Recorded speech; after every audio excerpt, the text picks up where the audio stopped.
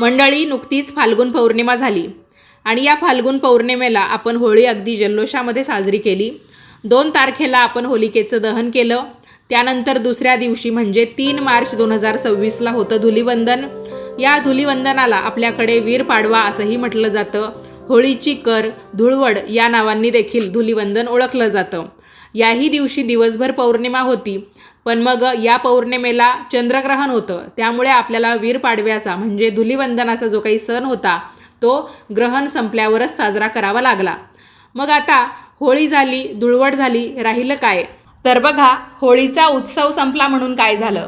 रंगांची उधळण तर अजून बाकीच आहे। आपल्या महाराष्ट्रामध्ये होळीनंतर 5 दिवसांनी रंगपंचमीचा सण येतो आणि ही रंगपंचमी अतिशय मोठ्या उत्साहामध्ये साजरी केली जाते। यंदा मार्च महिन्यामध्ये रंगपंचमी आलेली आहे, तर मग या दिवसाचं नेमकं महत्त्व काय, या दिवशी करण्याचे धार्मिक आणि ज्योतिषीय उपाय याबद्दल आपण थेट या व्हिडिओत सविस्तरपणे जाणून घेऊ। तर नमस्कार मंडळी, मी शीतल आणि तुम्ही पाहताय दिल्लीकर मराठी। त्यासाठी हा व्हिडिओ शेवटपर्यंत पहा। तुमचे काही प्रश्न असतील तर तेही जरूर विचारा आणि कमेंट्समध्ये लिहा जय हरी। चला तर मग व्हिडिओला सुरुवात करते। मंडळी, आपल्या दिल्लीकर मराठी या यूट्यूब वाहिनीवर तुम्हाला निरनिराळी धार्मिक व्रतवैकल्ये, पूजा अर्चा तसेच देवाधर्माची लागणारी सर्व काही माहिती मिळेल। तेव्हा तुम्ही फक्त व्हिडिओ पाहत असाल पण चॅनल सबस्क्राईब केला नसेल तर कृपया तेवढे काम नक्की करा, म्हणजे व्हिडिओ आला की तो तुमच्या यूट्यूब ॲपवर तुम्हाला दिसत जाईल। हिंदू पंचांगानुसार फाल्गुन महिन्याच्या कृष्ण पक्षातील पंचमी तिथीला दरवर्षी रंगपंचमीचा सण साजरा केला जातो। यंदा म्हणजेच 2026 या वर्षामध्ये पंचमी तिथी ही 7 मार्च रोजी संध्याकाळी 7:17 सुरू होईल आणि ती 8 मार्च रोजी रात्री 9:11 समाप्त होईल। तेव्हा उदय तिथीनुसार रविवार दिनांक 8 मार्च 2026 हा दिवस रंगपंचमी खेळण्यासाठी सर्वोत्तम आहे। या दिवशी आपण रंगपंचमीचा सण साजरा करू शकतो। धुलीवंदन आणि रंगपंचमीमध्ये काय फरक आहे? अनेक जण धुलीवंदन आणि रंगपंचमीला एकच सण आहे असं समजतात, मात्र धुलीवंदन हे धूळ आणि राखेचे प्रतीक आहे, तर रंगपंचमी हा रंगांचा उत्सव आहे। या दिवशी कोरड्या गुलालाची आणि रंगांची उधळण करून आनंद साजरा केला जातो आणि या सणाला देवांची होळी असंही म्हणतात। म्हणजेच काय, जशी आपण सर्वजण होळी पेटवतो, होळीचा सण साजरा करतो, त्या दिवशी पुरणपोळी बनवतो, म्हणजे आपण पृथ्वी लोकावर ही होळी साजरी करतो, तशी रंगपंचमी म्हणजे देवलोकांमध्ये देवी देवता मिळून ही होळी साजरी करतात अशी आख्यायिका आहे। तर याबद्दलचीच पौराणिक मान्यता अशी आहे, रंगपंचमीच्या दिवशी देवी देवता पृथ्वीवर येऊन रंगांचा खेळ खेळतात, म्हणून या दिवसाला देवहोळी असेही म्हटले जाते आणि अर्थातच ही होळी देवलोकामध्ये सुद्धा नक्कीच साजरी होत असेल। या दिवशी देवाला गुलाल अर्पण केल्यामुळे घरातील नकारात्मक ऊर्जा नष्ट होते आणि ईश्वरी कृपा लाभते अशी श्रद्धा आहे। तेव्हा आपल्याला काय करायचं आहे, रंगपंचमीच्या दिवशी रविवार असला तरी पण उशिरा न उठता सकाळी लवकर उठून घराची साफसफाई करून घ्यायची आहे। आपण जी काही झाडलोट दररोज करत असतो ती करून घ्यायची, त्याच्यानंतर अंघोळ करायची आणि आपण अंघोळीच्या पाण्यामध्ये या दिवशी चिमूटभर हळद टाकून मग अंघोळ करायची आहे। तुम्ही कडुनिंबाची पानं देखील टाकू शकता, कारण सध्या ऋतूबदल होत आहे, तर मग थोडेफार छोटे मोठे आजार म्हणा किंवा सर्दी पडसं कफ खोकला आपल्याला होत असतो, तर त्यासाठी आपण कडुनिंबाचा पाला किंवा चिमूटभर हळद टाकून अंघोळ करू शकतो। त्याच्यानंतर आपल्याला तुळशीची पूजा करायची आहे। या दिवशी तुळशीला पाणी घालायचं नाही आणि तुळशीची पानं देखील तोडायची नाही, रविवार असल्यामुळे। पण तुम्ही बाजारामध्ये जाऊन जिथे फुलं भेटतात तिथून तुळशीची पानं नक्की घेऊन या, किंवा पूजेच्या तुळशी व्यतिरिक्त तुमच्याकडे अजून तुळशी असतील तर त्यांची पानं तुम्ही तोडू शकता। फक्त आपली जी पूजेची तुळस असते तिची पानं आपण रविवारच्या दिवशी तोडायची नसतात। आणि मग हे जे तुळशीचं पान असतं, जी तुळशीची आपण पानं तोडतो, मग जेवढी तुम्ही तोडलेली असतील तर मग तुळशीचं पान कुणाकोणाला वाहतात, तर भगवान श्रीकृष्णांना वाहतात, प्रभू रामचंद्रांना वाहतात, त्याचबरोबर श्रीहरी विष्णूंना, म्हणजे त्यांची जी काही रूपं असतात तर त्यांना आपण तुळशीची पानं वाहू शकतो। आता तुळशीचं पान आपण देवीला वाहिलं तरीही चालतं बघा, पण मग आपल्याला या दिवशी देवपूजासुद्धा एका खास पद्धतीने करायची आहे. आपल्या देव्हाऱ्यामध्ये जे बाळकृष्णाचं रूप असतं, बाळकृष्णाची मूर्ती असते, तर या मूर्तीला आपण चंदनाचं लेपन करायचं आहे. चंदनाची पावडर असेल तर त्याच्यामध्ये तुम्ही थोडंसं दूध मिसळा आणि ती पेस्ट तुम्ही त्या पूर्ण बाळकृष्णाच्या मूर्तीला लावून घ्या. ओम नमो भगवते वासुदेवाय या मंत्राचा सतत जप करा किंवा कृष्णाय वासुदेवाय हरये परमात्मने प्रणतः क्लेशनाशाय गोविंदाय नमो नमः हा क्लेश नाशक मंत्र आहे. किंवा आपल्या जीवनातील जी संकटं असतात, क्लेश असतात किंवा ज्या काही गोष्टी आपल्याला त्रास देतात तर त्या ईश्वरी कृपेने नष्ट व्हाव्यात म्हणून आपण हा मंत्र जपायचा असतो. तर मग बाळकृष्णांना आपण चंदनाचं ते लेपन करून घ्यायचं आहे. त्याच्यानंतर आपण त्यांना पंचामृताने आणि नंतर स्वच्छ पाण्याने स्नान घालायचं आहे आणि पुन्हा त्यांना देवघरामध्ये स्थापन करून द्यायचं आहे. त्याचबरोबर बाकी ज्या देवी देवतांच्या मूर्ती असतात, म्हणजे गणपतीची असेल किंवा देवीची मूर्ती असेल, ज्याही मूर्ती टाक तुमच्या देवघरामध्ये असतील तर त्या सर्वांना तुम्ही पंचामृताने या दिवशी स्नान घालायचं आहे. रंगपंचमीचा सण होळीचा सण जसा आपण सर्वांनी साजरा केला तशीच ही जी देवी देवतांना साजरी करण्याची होळी आहे तर ती सुद्धा एका खास पद्धतीने झाली पाहिजे. तर मग आपण देवी देवतांना पंचामृताने स्नान घातलं, स्वच्छ पाण्याने स्नान घातलं, देव्हाऱ्यामध्ये स्थापन केलं. त्याच्यानंतर दररोज आपण त्यांची जशी पूजा करतो तशीच पूजा करायची. पण सर्व देवी देवतांना या दिवशी आपण रंग म्हणून गुलाल अर्पण करायचा आहे. मग गणपतीची मूर्ती असेल, बाळकृष्णाची असेल, देवीची असेल किंवा आपले पितरांचे टाक असतील, कुलदेवतांचे टाक असतील, सर्वांवर, त्याचबरोबर शिवलिंग जरी असेल तर त्याच्यावर सुद्धा आपल्याला चिमूटभर गुलाल अर्पण करायचा आहे. बाळकृष्णाला खास करून गुलाल अर्पण करायचा असेल तर तो कशा पद्धतीने करायचा, तर तुळशीपत्र गुलालामध्ये आपण बुडवायचं आहे. म्हणजे जो कोरडा गुलाल असतो ना, गुलालाची पावडर गुलाबी रंगाची, तर त्याच्यामध्ये आपण ते तुळशीपत्र बुडवायचं. मग ते सगळं तुळशीपत्र गुलाबी रंगाचं आपल्याला दिसेल आणि मग तो गुलाल आपण तुळशीपत्राच्या मदतीने बाळकृष्णांना अर्पण करायचा आहे. आपण त्यांच्या गालांना गुलाल लावू शकतो, डोक्यावर वाहू शकतो, चरणांवर वाहू शकतो आणि ते तुळशीपत्रसुद्धा अर्थातच त्यांच्या चरणी आपल्याला अर्पण करून द्यायचं आहे. तर अशा पद्धतीने आपण या दिवशी देवांची होळी साजरी करायची आहे. त्याचबरोबर धूपदीपांनी सर्व देवी देवतांना ओवाळायचं. जेवढ्या देवी देवतांच्या तुम्हाला आरती करता येतील तेवढ्या करायच्या आणि काही देवांचे तुम्हाला फक्त मंत्र म्हणता येत असतील तर त्यानुसार तुम्ही मंत्र जप करू शकता किंवा तुमच्या फक्त गुरूंचा मंत्र जप जो असतो, ज्यांना तुम्ही गुरु मानतात, तर अर्थात गुरुमंत्रसुद्धा आपल्याला माहिती असतो तर त्याचा जप केला तरीसुद्धा भरपूर आहे. किंवा मग तुम्हाला सगळ्यात सोपं सांगायचं झालं तर कुलदेवीचा किंवा कुलदेवाचा मंत्र आपल्यापैकी प्रत्येकाला माहिती असतो. कारण आपल्यापैकी प्रत्येक घराण्याला एक कुलदेवी आहे, कुलदेव आहे, म्हणजे कुळाचे स्वामी आहेत. तर अर्थातच त्यांचे मंत्रसुद्धा आपल्याला माहिती असतात आणि नसतील माहिती तर माहिती करून घ्या, कारण हे अनिवार्य आहे. कुलदेवाची कुलदेवीची सेवा घडणं खूप आवश्यक आहे. तर तुम्ही नक्कीच त्यांचे मंत्र या रंगपंचमीच्या दिवशी त्यांची पूजा करताना म्हणू शकता. बघा, नैसर्गिक रंगांचं काय महत्त्व आहे. पूर्वीच्या काळी रंगपंचमीसाठी पळसाच्या फुलांपासून तयार केलेले नैसर्गिक रंग वापरले जात असत. हे रंग केवळ त्वचेसाठी चांगले नसून ते वसंत ऋतूच्या आगमनाचे आणि निसर्गाशी असलेल्या नात्याचे प्रतीक मानले जायचे. आजही अनेक ठिकाणी इको फ्रेंडली रंगपंचमी साजरी करण्यावर भर दिला जातो किंवा कोरडे रंगच रंगपंचमीला वापरले जातात. यामुळे काय होतं तर पाण्याची बचतसुद्धा होते आणि कोरडे रंगसुद्धा शक्यतो तुम्ही गुलाल किंवा थोडे इको फ्रेंडली असेच वापरा, जेणेकरून जरी आपण ते एकमेकांना लावले तरी पण समोरच्याच्या त्वचेला किंवा जे कोणी आपल्याला लावेल तर आपल्याही त्वचेला त्या रंगांचा कुठलाही त्रास होणार नाही, आपल्या शरीरावर त्याचा वाईट परिणाम होणार नाही. तर एवढी काळजी आपण नक्कीच घेऊ शकतो. आजकाल आपण प्रत्येकजण व्यवस्थित शिकलेलो आहोत, सुशिक्षित आहोत, तर आपण या सगळ्या गोष्टी जाणतो. मग ही काळजी घ्यायला काहीच हरकत नाही. पूर्वीच्या काळी असं होतं की शिक्षणाचा अभाव होता, लोक अडाणी होते किंवा एखादा एक सुशिक्षित असेल त्याने जर अडाणी व्यक्तीला समजावून सांगण्याचा प्रयत्न केला तर कदाचित ती व्यक्ती समजून घेण्याच्या मनस्थितीमध्ये नसायची. पण मग आत्ताच्या घडीला आपण सगळं काही जाणतो, सगळं काही व्यवस्थित आपल्याला वाचता लिहिता येतं, त्याचबरोबर काय चुकीचं काय बरोबर हेही आपल्याला कळतं. तर या गोष्टींची काळजी आपण घ्यायलाच हवी. आता अजून जे काही महत्त्व आहे तेही मी तुम्हाला समजावून सांगते. पुढे आपण उपायांची सुद्धा सविस्तरपणे माहिती घेऊया.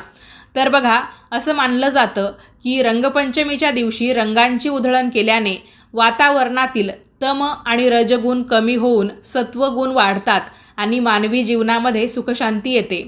आपल्या महाराष्ट्रामध्ये विशेषतः पुणे, मुंबई, नाशिक आणि नाशिकमध्ये सुद्धा विशेषतः येवला हा जो तालुका आहे तर तिथे रंगपंचमीचा मोठा उत्साह असतो.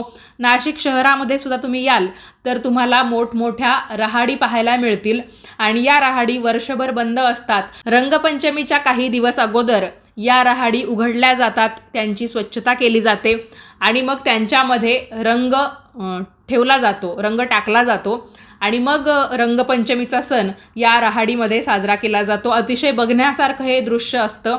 तुमच्यापैकी कोण कोण नाशिक शहरातलं आहे, नाशिक जिल्ह्यातलं आहे मला कमेंट करून नक्की सांगा. त्याचबरोबर तुमच्यापैकी कोणी येवला तालुक्यातून, येवला या शहरातून व्हिडिओ पाहत असेल तर मला कमेंट करून नक्की सांगा, कारण खरंच तिथे पतंगांचा उत्सव असेल किंवा रंगांचा उत्सव असेल तर तो अतिशय मोठ्या उत्साहामध्ये साजरा करण्याची पद्धत आहे. बघा, या दिवशी अनेक ठिकाणी मिसळ आणि पुरणपोळीचा देखील बेत आखला जातो. तसेच इंदोर म्हणजे मध्य प्रदेशातलं जे इंदोर शहर आहे तर या शहरामध्ये सुद्धा गेर काढण्याची परंपरा आहे. तर हा सुद्धा रंगांचाच उत्सव असतो एक प्रकारे. होळीचा आनंद साजरा केल्यानंतर वेध लागलेत रंगपंचमीचे. तर ज्योतिषशास्त्रानुसार रंगपंचमीचा सण केवळ रंगांच्या उधळणीसाठी नसून तो आपल्या आयुष्यातील नात्यांमध्ये पुन्हा एकदा प्रेमाचा ओलावा निर्माण करण्यासाठी अत्यंत शुभ मानला जातो. होळीचा आनंद आपण साजरा केला, आता रंगपंचमी आपण साजरी करणार आहोत. तर मग आपल्या प्रेमसंबंधांमध्ये किंवा वैवाहिक आयुष्यामध्ये काही काळ दुरावा आला असेल किंवा सतत भांडणं होत असतील तर यंदाची रंगपंचमी तुमच्यासाठी मोठी संधी घेऊन आलेली आहे. या दिवशी तुम्ही ओम क्लीम कृष्णाय नमः या मंत्राचा जप करून कृष्णदेवाला किंवा त्यांच्या कोणत्याही एका रूपाला, मग ते भगवान श्रीहरी विष्णू असू शकतात, प्रभू रामचंद्र असू शकतात, विठ्ठल असू शकतात किंवा आपले जे बालाजी आहेत तिरुपती बालाजी तर तेही असू शकतात, सत्यनारायण भगवान असू शकतात. तर यांना तुम्ही या दिवशी गुलालाचा रंग म्हणजे गुलाल जो आहे तो अवश्य अर्पण करायचा आहे. क्लीम हा कामबीज मंत्र असून तो आकर्षण आणि प्रेम वाढवण्यासाठी अत्यंत शक्तिशाली मानला जातो. या मंत्राच्या प्रभावाने जोडीदाराशी असलेले जे काही वाद असतात किंवा जे काही क्लेश तयार होत असतात, ज्याला आपण मनमुटाव असंही म्हणतो, तर ते संपण्यास, दूर होण्यास मदत होते. 108 वेळा किमान तुम्ही या मंत्राचा जप करायचा आहे. त्याचबरोबर तुम्ही तुमच्या जोडीदारासोबत रंगपंचमी खेळणार असाल तर मग तुम्ही एक उपाय असाही करू शकता. तुमच्या जोडीदाराला तुम्ही आवर्जून या दिवशी पिवळा रंग लावायचा आहे. पिवळा रंग हा गुरुग्रहाचा आणि मांगल्याचं प्रतीक आहे. यामुळे आपल्या नात्यामध्ये विश्वास वाढतो, तसेच विचारांमधील भिन्नता कमी होते.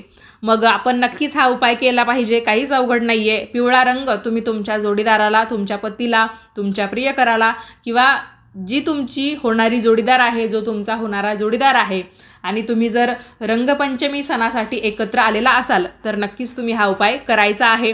तुमचं जे प्रेम आहे ते नेहमी रंगांसारखं बहरलेलं असेल आणि सगळं आयुष्य जे आहे ते या रंगांप्रमाणे आनंददायी झालेलं असेल. तर तुम्ही हा उपाय नक्की करायचा आहे. त्याचबरोबर रंगपंचमीच्या दिवशी राधाकृष्णाला आणि स्वतःला सुद्धा थोडे गुलाबाचे अत्तर तुम्ही लावले तर अतिउत्तम. अत्तराचा सुगंध शुक्रग्रहाला बलवान करतो.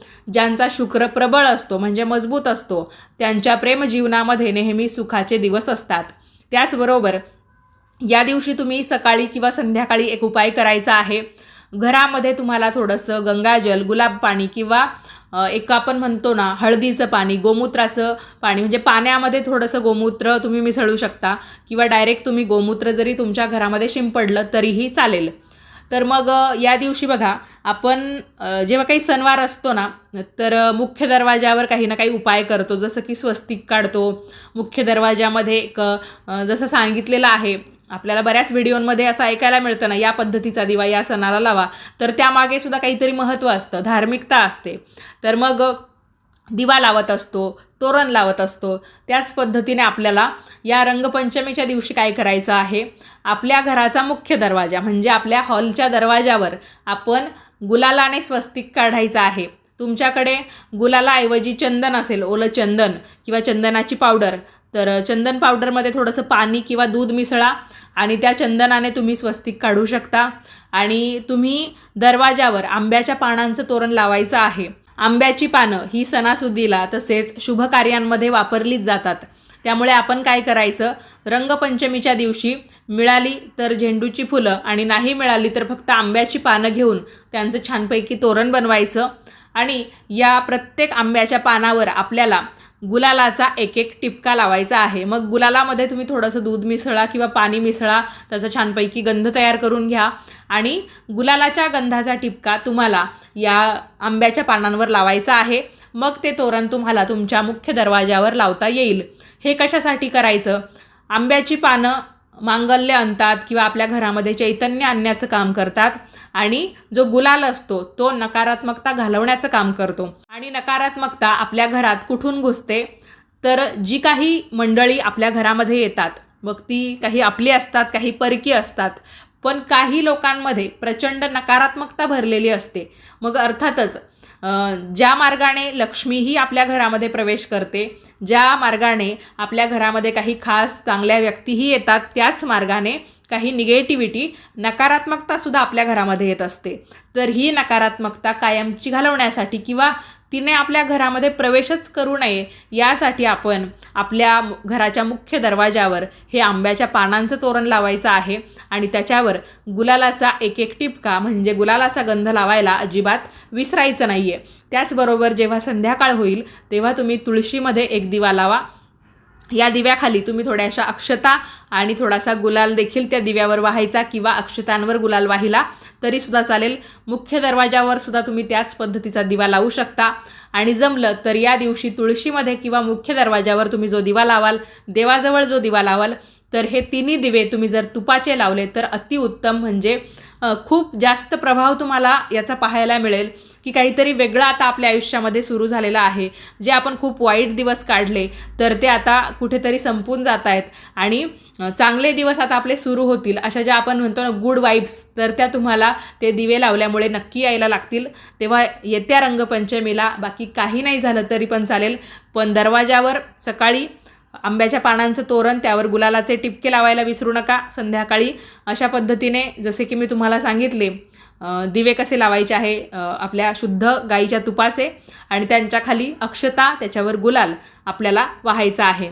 तर तुळशीजवळ दिवा लावल्यामुळे काय होईल की तुळस भगवान श्रीहरी विष्णूंना अतिशय प्रिय आहे. त्याच्यामुळे आपण तिथे दिवा लावतोय तर साक्षात भगवान श्रीहरी विष्णू तिच्याजवळ नेहमीच राहतात, वास करतात. तर त्यांची ही कृपादृष्टी आपल्यावर लाभायला नक्कीच मदत होईल. आपल्या संपूर्ण कुटुंबाला त्यांचा आशीर्वाद मिळेल आणि घरामध्ये जे काही गृहक्लेश असतील, भांडणं होत असतील, एकमेकांमध्ये मतभेद होत असतील, तर तेही कुठेतरी दूर पळून जातील आणि आपल्या घरामध्ये आनंदी आनंद तयार होईल. बघा, आपण पॉझिटिव्हिटीने आणि सकारात्मकता ठेवून हे उपाय केले तर नक्कीच आपल्याला परिणामसुद्धा चांगले पाहायला मिळतील. आणि आपण कुठेतरी शंका कुशंका मनात ठेवल्या, कोणीतरी सांगितलेलं आहे म्हणून करायचं म्हणून करतोय, जीवावर आल्यासारखं म्हणून करतोय, तर नक्कीच तुम्हाला त्याचे परिणामसुद्धा उलटसुलट पाहायला मिळतील. तेव्हा जे काही कराल ते अगदी मनापासून करा आणि मग यश जे आहे ते तुमचंच आहे. चला मंडळी, आपण भेटूयात पुढच्याच नवीन व्हिडिओमध्ये. तोपर्यंत सर्वांनी काळजी घ्या. हा व्हिडिओ तुम्हाला कसा वाटला तेही तुमची एक कमेंट करून नक्की कळवा. तेवढंच आम्हाला नवनवीन व्हिडिओ बनवण्यासाठी प्रेरणा मिळते. आणि हो, हा व्हिडिओ जास्तीत जास्त लोकांपर्यंत पाठवायला अजिबात विसरू नका. तसेच याच पद्धतीचे नवनवीन माहितीचे धार्मिक आध्यात्मिक व्हिडिओ नेहमीच पाहण्यासाठी आजच आपल्या दिल्लीकर मराठी या यूट्यूब वाहिनीला जरूर सबस्क्राईब करा. आज वेळात वेळ काढून तुम्ही हा व्हिडिओ अगदी शेवटपर्यंत पाहिला त्याबद्दल तुम्हा सर्वांचे खूप खूप धन्यवाद. तसेच तुम्हा सर्वांना रंगपंचमीच्या हार्दिक हार्दिक शुभेच्छा. जय हरी.